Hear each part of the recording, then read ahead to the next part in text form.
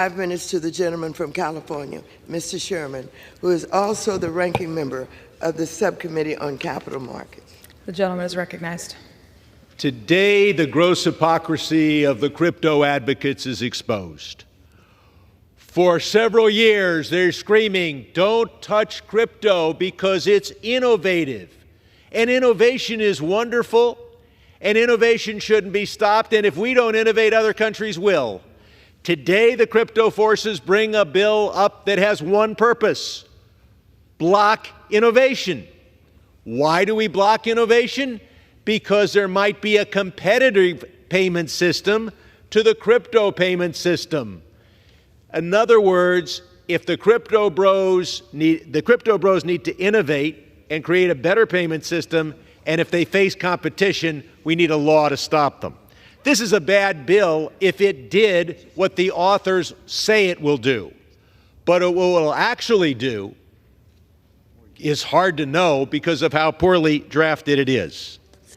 It bans a central bank digital currency or anything that comes close to one, a label or anything that is substantially similar. But the bill itself is a word salad of anti-government and pro-crypto buzzwords. How does it define this digital currency that it prohibits? It simply says digital money is a direct liability of the Federal Reserve System. Well, all our money is a direct liability of the Federal Reserve System. It bans that, presumably if it's electronic. So it bans 20th century technology.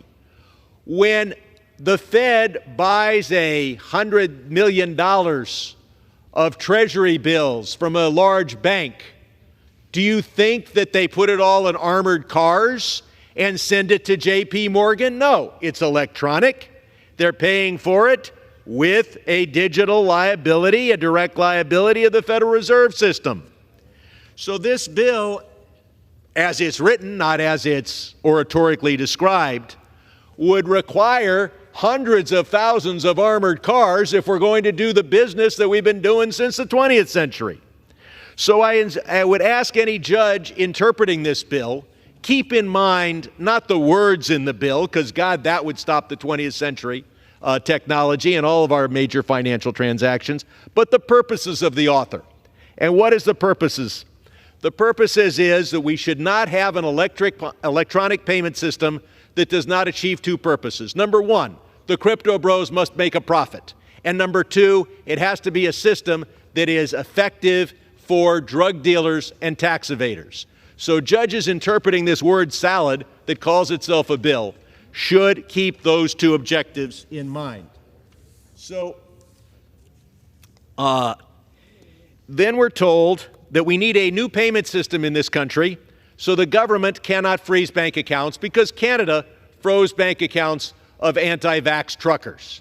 I have no idea whether Canada should have frozen those bank accounts, but I do know this. If because Canada froze bank accounts of anti-vax truckers, the American government we should have a payment system that makes it impossible for the American government to freeze the bank accounts of convicted tax evaders, convicted drug dealers, convicted charlatans, then we enter into a new world that I call patriotic anarchism. The folks who demand that America be strong and that the government be totally defanged and inept and unable to do anything. It's a wonderful world. You can believe in a strong America without an American government, or an American government unable to freeze the bank accounts of convicted murderers. You want a strong America, but not a government that is able to do that. Now, this world of a surveillance state, if we had a central bank digital currency, keep in mind the use of that currency is entirely voluntary, just as the use of a credit card is voluntary. If you use a credit card to buy a gun and then you kill somebody, there's a record. You're also free to use cash. Cash has some disadvantages.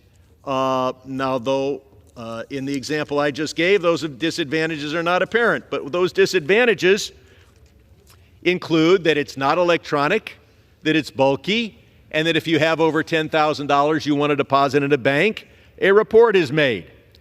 So we are offered a chance to. So we have a bill which, if it is interpreted as written, blocks the American economy the way it operates today and has for decades, and would create lots of American jobs building those armored cars, because the Fed would have to deal with non-electronic transactions.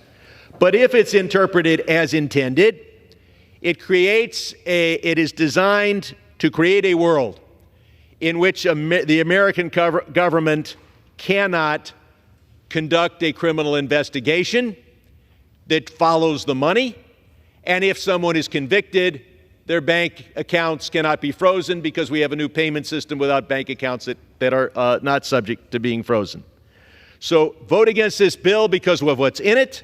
Vote against this bill because of what they wanted to put in it and hoped to have put in it but didn't. And I yield back.